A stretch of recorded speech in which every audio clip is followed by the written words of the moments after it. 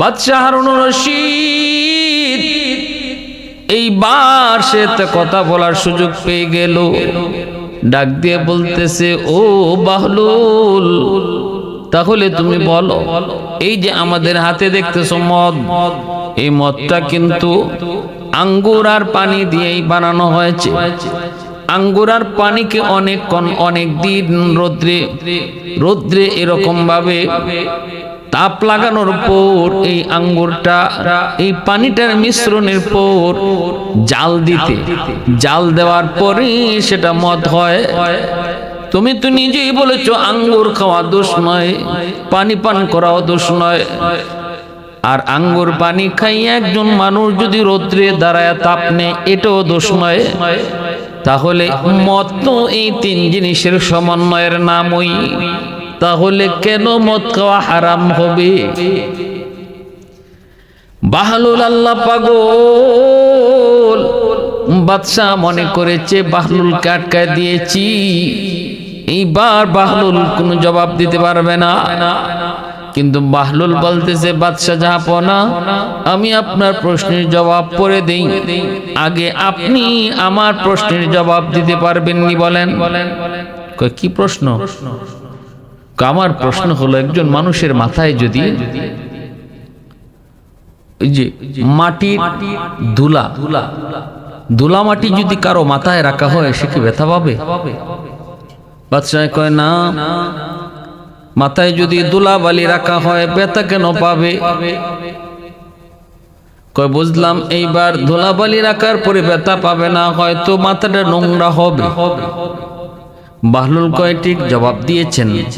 এবার যদি তার মাথায় পানি ডালা হয় তবুও কি ব্যথা পাবে? কয়, না, তাও ব্যথা পাবে না। বাহলুল বলে, ধুলাবালি মাথায় রাখলেও ব্যথা পায় না, পানি ঢাললেও ব্যথা পায় না, কিন্তু এই মাটির বালি আর পানিকে একত্রিত কইরা কাই বানাইয়া যদি এটাকে ইট বানানো হয়, আর এই ইট যদি উপর থেকে তার মাথায় ফালানো হয়, তাহলে কোনো সমস্যা হবে নি। বাদশাহ হারুনুর রশিদ কয়, অবাক কাণ্ড, এমন কথা আপনি কেমনে বলেন?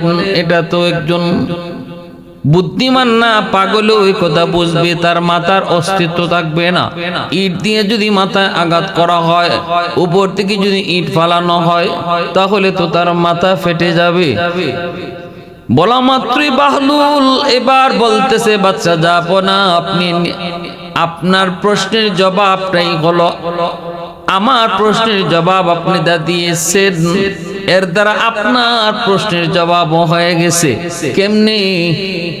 কই, দেখেন, পৃথক পৃথক মাটির বালি তার মাথায় রাখলেও ব্যথা পায় না, পৃথক পৃথক পানি ঢাললেও ব্যথা পায় না, কিন্তু এই মাটি আর পানিকে একত্রিত করলে ইট বানায় যদি মাথায় রাখা হয় তাহলে মাথা ফেটে যায়। তাহলে বোঝা গেল পৃথক পৃথকে কোনো দোষ নাই, একত্রিত করলে পরে বিপদ।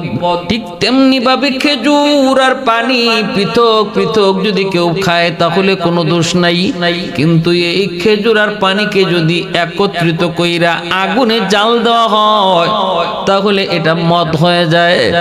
এটাই শরীয়তে আল্লাহ হারাম ঘোষণা করেছে, এই মদ খাইলেই তার নেশা হয়। উপস্থিত পুরা মজলিস অবাক হয়ে গেল। একজন মানুষ দেখতে পাগল, কিন্তু তার মাথায় কি পরিমাণ জ্ঞান! বাদশার সাথে সাথে মদের বোতল হাত থেকে ফালাই দিল। যত ভিআইপি মন্ত্রী মিনিস্টার ছিল সবাই যার যার হাত থেকে মদের বোতল ফালাই দিল। ভাইরা বন্ধুরা, এই বাদশাহ হারুনুর রশিদের দরবারে প্রায় বাহলুল পাগল আসা যাওয়া করতেন। প্রায় তিনি আসতেন, বাদশাহ ওনাকে মূল্যায়ন করত, সব কথা মানত না, কিন্তু খেপাইতো না, বেয়াদবি করতো না, চালাক বেয়াদবি করতো না, কিন্তু আসতে দিত, বসতে দিত, কথাও শুনতো, মজাও নিত।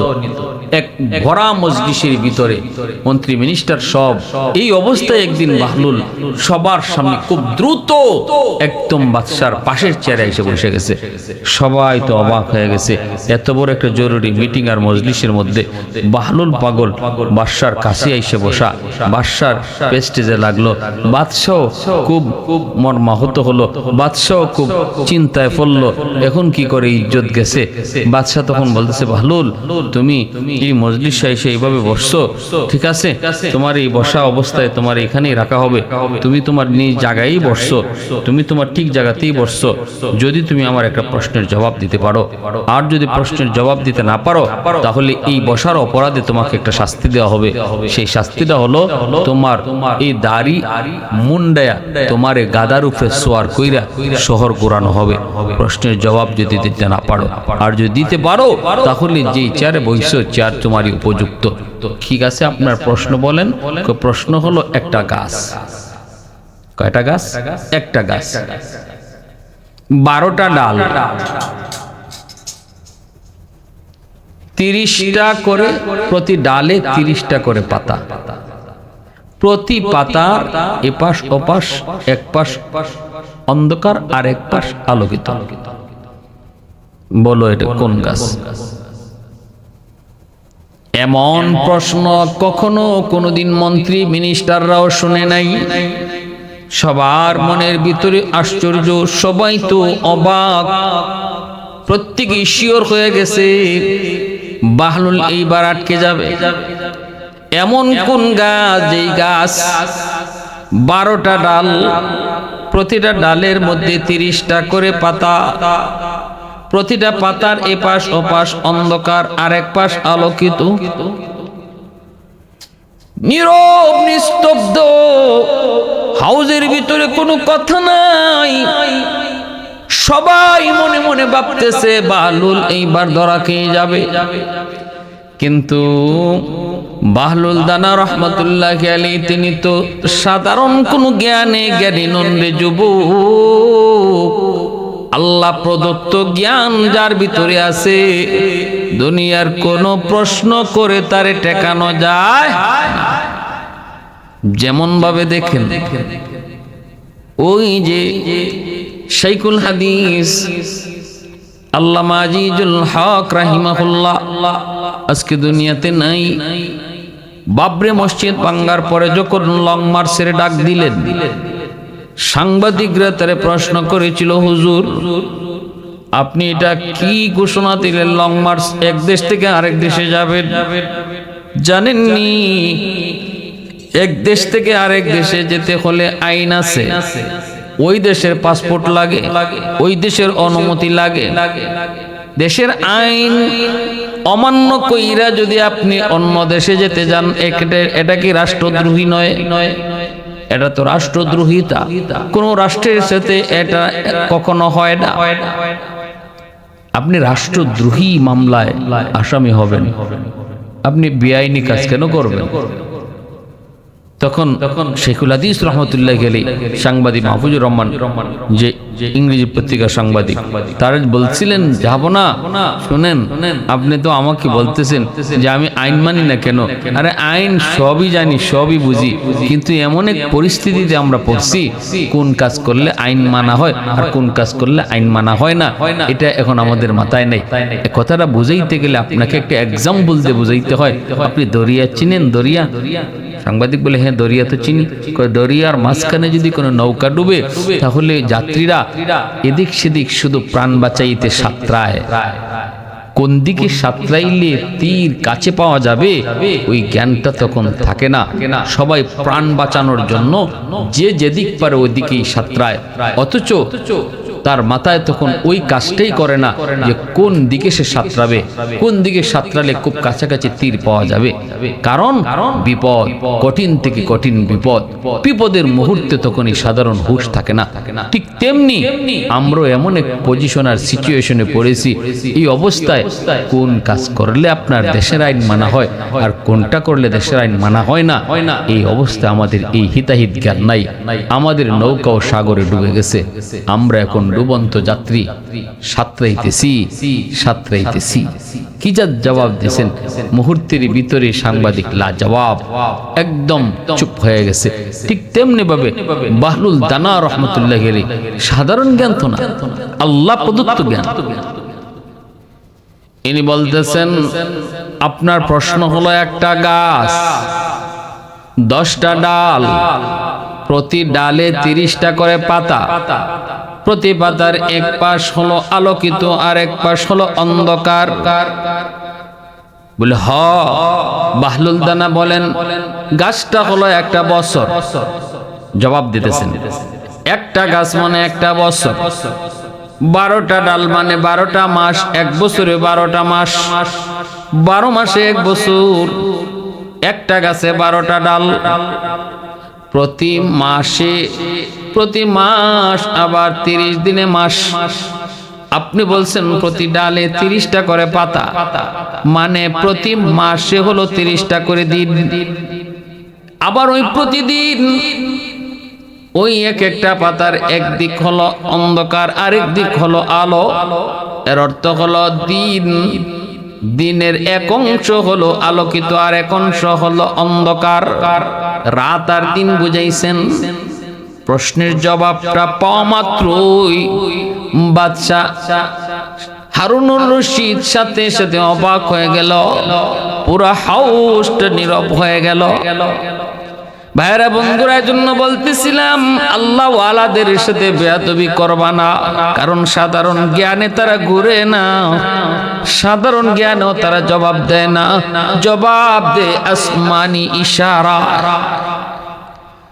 বাদশা হারুনুর রশিদ বিবি জুবাইদাকে নিয়ে এক সফরে বের হয়েছে।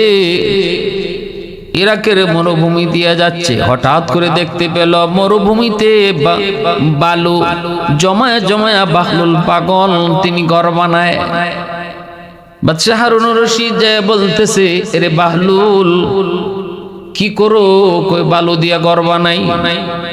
কই ঘর বানায় কি করবা? কই ঘর বানায় ঘর বেচমু। কও কি তুমি এই ঘর কিনবো কেডায়? বাহলুল কয়, যেই কিনবো তার জন্যই জান্নাতে একটা ঘর সে পাইব। আমার দোয়া এই বালুতে বানানো ঘর যে কিনবো, আমি দোয়া করব আল্লাহ তারে জান্নাতে একটা ঘর দিব। আর আমার এই বালুতে বানানো ঘরের দাম হলো 1 দিনার। বাদশা হারুনুর রশিদ নীরব নিস্তব্ধ হয়ে চলে যাচ্ছে, কোনো জবাব নাই, মুচকি হাসি দিয়া চলে গেল।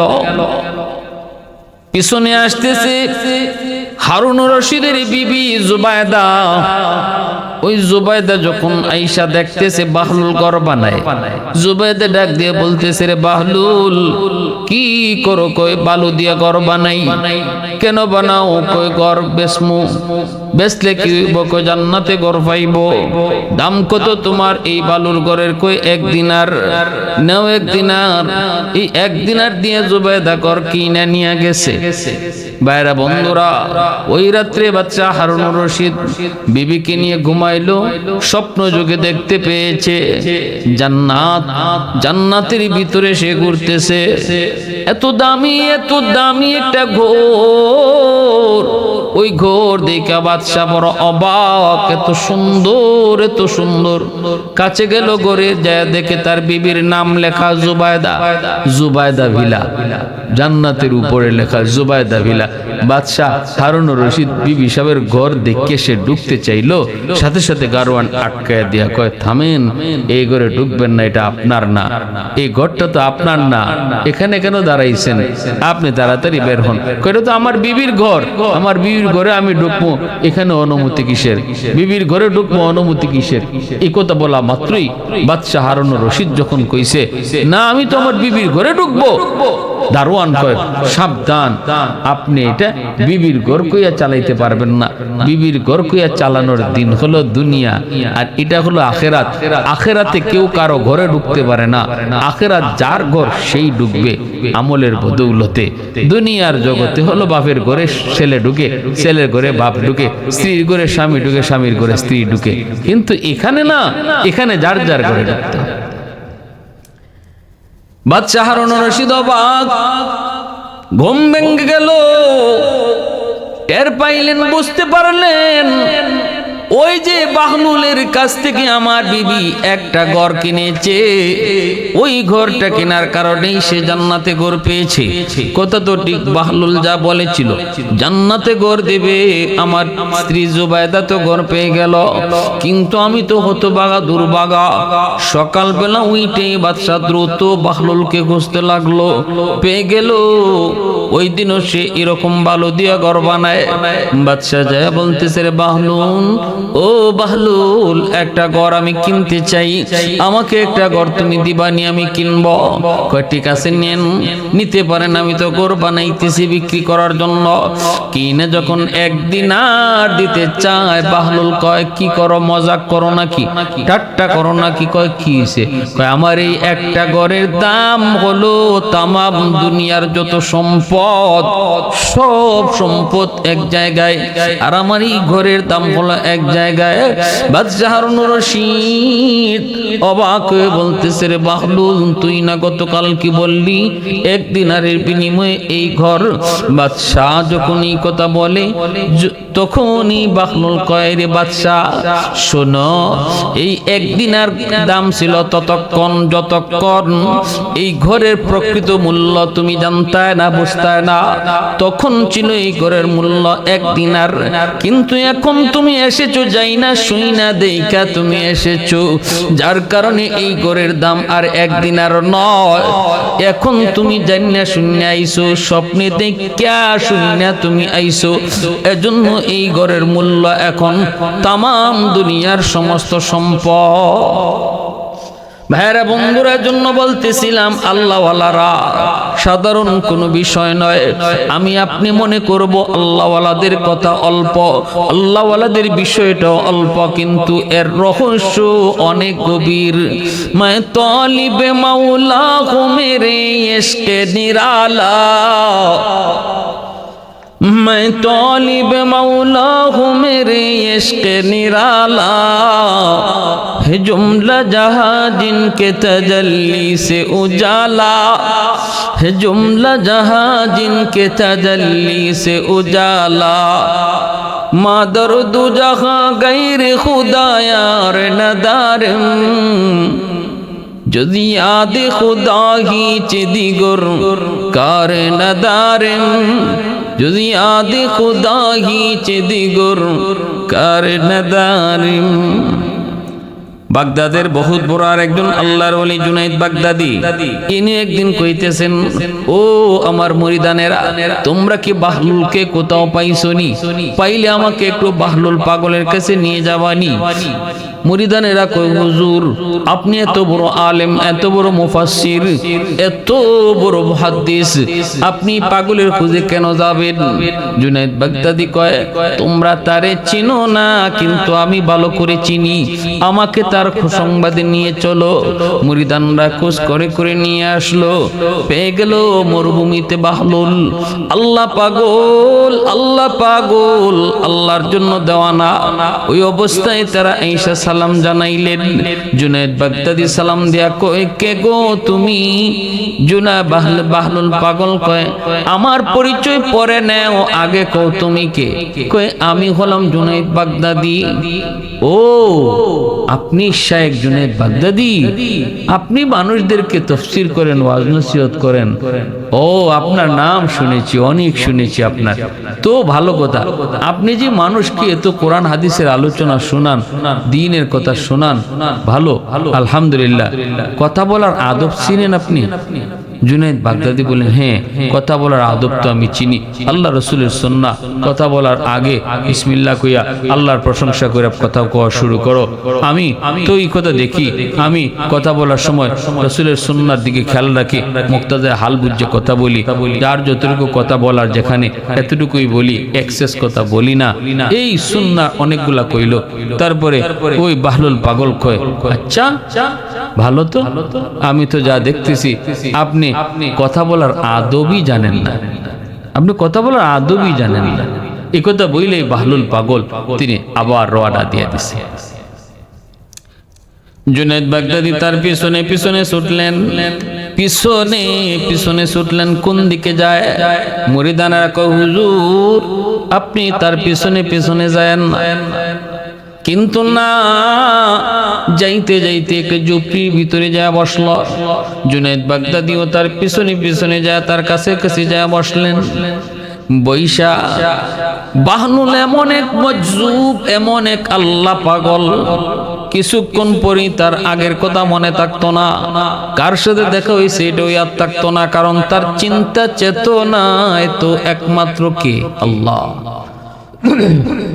আল্লাহ ধ্যানে যারা সব সময় থাকে তারা দুনিয়ার কত বিষয় আশয় এগুলা বেশি মনে রাখতে পারেন না, মনে থাকেও না। দেখা মাত্রই বাহলুল পাগল বলতেছেন, কে আপনি? জুনাইদ বাগদাদি। বলেন আমি তো জুনাইদ বাগদাদি। ও আপনি তো জুনাইদ বাগদাদি, আচ্ছা আপনার সঙ্গে তো কিছুক্ষণ আগে দেখা হয়েছিল, কথা হয়েছিল। বলে জি। আপনি তো মানুষদেরকে ওয়াজ নসিহত করেন, আপনি তো মানুষদেরকে নসিহত করেন, ভালো কথা না? তো আপনি কি খাওয়ানোর আদব জানেন? জুনাইদ বাগদাদি বলে হ্যাঁ খাওয়ানোর আদব তো আমি জানি। আল্লাহ রাসূল সাল্লাল্লাহু আলাইহি ওয়াসাল্লামের সুন্নাহ, বিসমিল্লাহ বলে খাওয়া শুরু করো, তারপরে হ্যাঁ ডান হাতে খানা শুরু করো, নিজের কাছের জিনিস আগে খাও, আরেকজনের খানার দিকে হাত দিও না। এই সমস্ত বিষয়গুলো কইতেছেন। তখন বাহলুল আল্লাহর পাগল তিনি বলতেছেন, আমি তো দেখি আপনি খাওয়ানোর আদবও জানেন না। এই কথা বলে আবার তিনি হাঁটা শুরু করলেন। মুরিদানেরা কয় হুজুর এই পাগলের পিছে আর পড়েন না, আপনি চলেন আমরা চলে যাই। জুনাইদ বাগদাদি কই তোরা বুঝবি না, আমি বুঝেছি, আমি চিনেছি, আমার বুঝতে হবে, আমার আরো কিছু জানতে হবে। পিছনে পিছনে আবার গেলেন, আবার ওর কাছে যায় ধরলেন আর জিজ্ঞেস করলেন, কে আপনি? কয় আমি জুনাইদ। ও আপনার সাথে তো আবারও দেখা হয়েছিল, ঠিক আছে বলেন তো আপনি ঘুমের আদব জানেননি? কহ জানি তো, আল্লাহর নাম লইয়া ঘুমাবো, ডান করোটে ঘুমাবো, হ্যাঁ আবার এই ঘুমের যত আদব আছে সুন্নাহ আছে কইল। বাহলুল পাগল কই আপনি তো দেখি ঘুমের আদবও জানেন না। জুনাইদ বাগদাদি আর তখন ছাড়লেন না, চাপ দিয়ে ধরে বললেন, হযরত আমি কিচ্ছুই জানি না, আপনি আমারে কোন খাওয়ানোর আদব কি, কথা বলার আদব কি, ঘুমের আদব কি, আপনি আমার একটু কোন। বাহলুল তখন বলতেছে, খাওয়ানোর আদব এক নাম্বার হলো হালাল রিজিক খাওয়া। আপনার রিজিক যদি হালাল হয় তবেই তো আপনি খাওয়ানোর সময় বিসমিল্লাহ বলা, ডাইন হাতে খানা খাওয়া, সামনের দিকে খানা খাওয়া, এগুলা সব ঠিক মতো সার্থক হবে। আর যদি খাওয়ানটাই হালাল না হয়, আপনি সুন্নত মান্য লাভ হইব কি? আপনার ব্যবহার করলেই হইব কি? বিসমিল্লাহ বললেই হইব কি? 2 নম্বর আপনার ঘুমের আদব, কথা বলার আদব সবসময় মনে রাখতে হবে যে কথা বলার সময় 1 নম্বরে খেয়াল রাখতে হবে যে আমার সব কথা একমাত্র আল্লাহকে রাজি আর খুশি করার জন্য। যদি দুনিয়ার জন্য কোনো কথা হয়ে থাকে তাহলে আমি এই কথা বলার সময় যত আদবই রক্ষা করি না কেন, আমার এই কথায় কোনো লাভ হবে না, ফায়দা হবে না, বিপদ আসবে। আর যদি কথাটা আল্লাহর জন্য কয়ে থাকি তাহলে এই কথা আমার নাজাত হবে। 3 নম্বর ঘুমাবো কেমনে?